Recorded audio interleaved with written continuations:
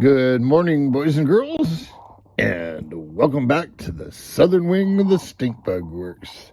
This morning, I want to answer one of my viewers' questions. Now, this viewer, who for the sake of this discussion, I shall simply call him Manu, because, in fact, his name is Manu. Actually, it's Manucher, but I digress. Actually, I think that's a Persian name. I used to play chess against a guy named Manucher. And, oh, man, let me tell you, this guy was vicious on a chessboard. He'd get the slightest little advantage, this much, and he'd trade the board down to where there was nothing left but two kings and that little advantage,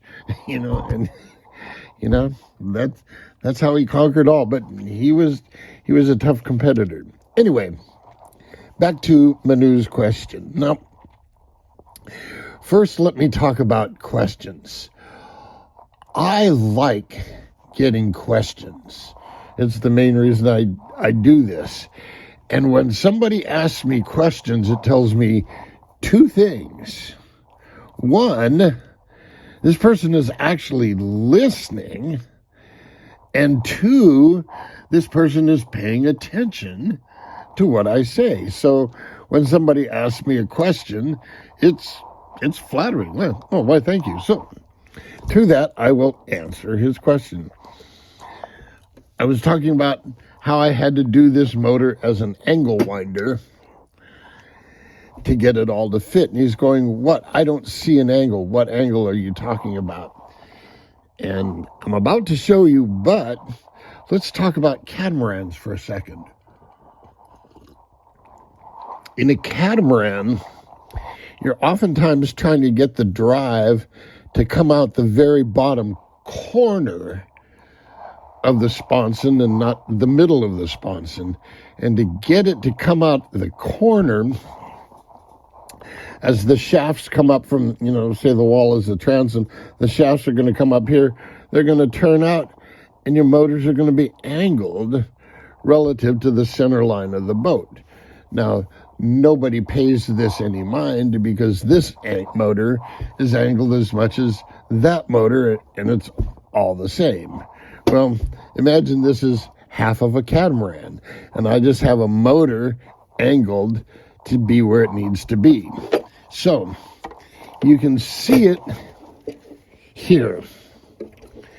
You can see how the shaft comes out at an angle, and the whole motor is installed at an angle.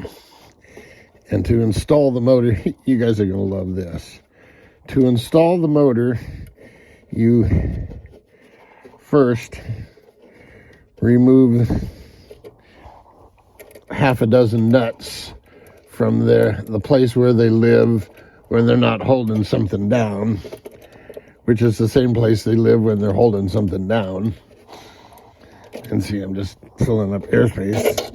Okay, so that's your motor mount, and your motor just simply drops in there like that.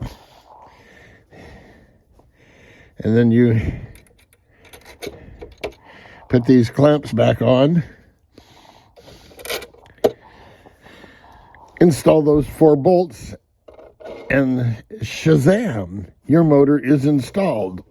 Crooked. You see how it's crooked? But out here, it's straight. So the water doesn't care where the motor is. Oh, I can't take it off until I take this off. The motor could be over here, it could be out here, it could be up here. It just doesn't matter. The water doesn't care. So there you go, the angled motor mount. Now let's talk about, I'm working on where the rudder will go. I'll talk about that for just a second. I want the hole in this easy connector to be right at the same level as the hole in this servo arm when everything is neutral. Now the hole in this servo arm is going to move up and down as it swings through an arc, and this is actually going to move up and down as it swings through a different arc, but that's where I'm going to go.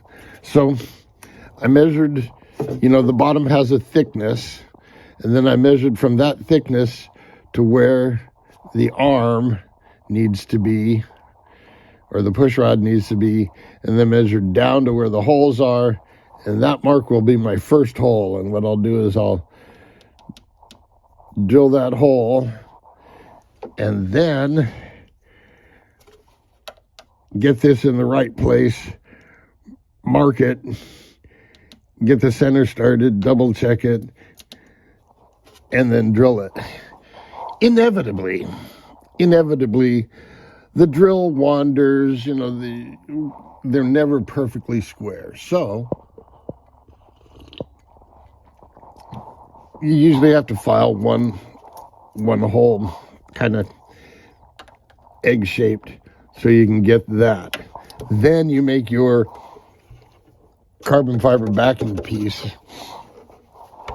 and again you get that as accurate as you can on this. Put it all together, and when you're epoxying it, you make sure that last little millimeter one way or the other gets accounted.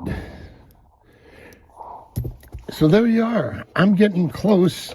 I have a couple of different pinions. This one's a 29. I thought I had a 28 somewhere, but I guess not. But I got a 27 and a 26. And that's about as low as I can go. Any lower than that, and this cooling jacket will crash with the gear drive itself. Now, I'm going to cut in and cut out because, boys and girls, I have a battery charger here. I have two batteries with their charge adapters.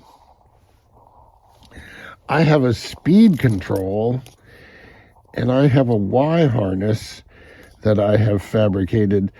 I opted just to use the connector on here. I know a lot of you guys take these off, but it came with this connector and a coupler, so I made one.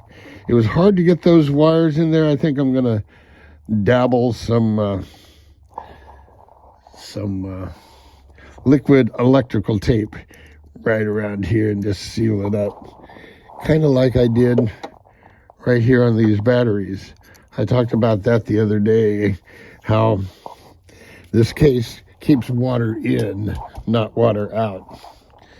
So I'm going to jet out for a moment, and we're going to come back and run the beast.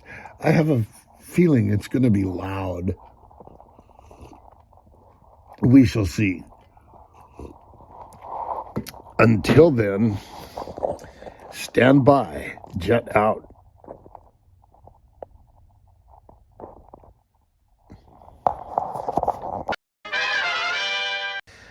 Ladies and gentlemen, boys and girls, there it is. Are you ready?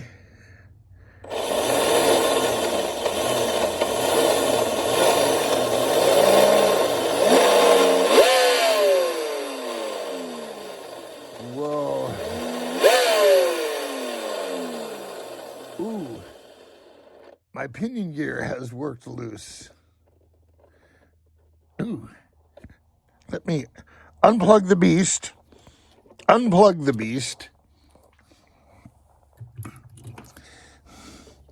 and to tighten up the pinion gear. You do not want to be anywhere near this thing when it's running at full tilt boogie. Let me tell you something. This sucker... Okay, arm the bomb. Throttle off.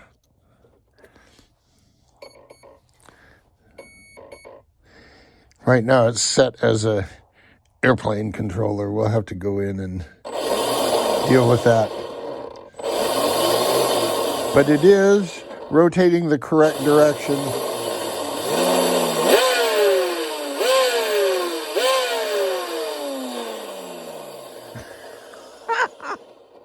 This thing's going to be frightening.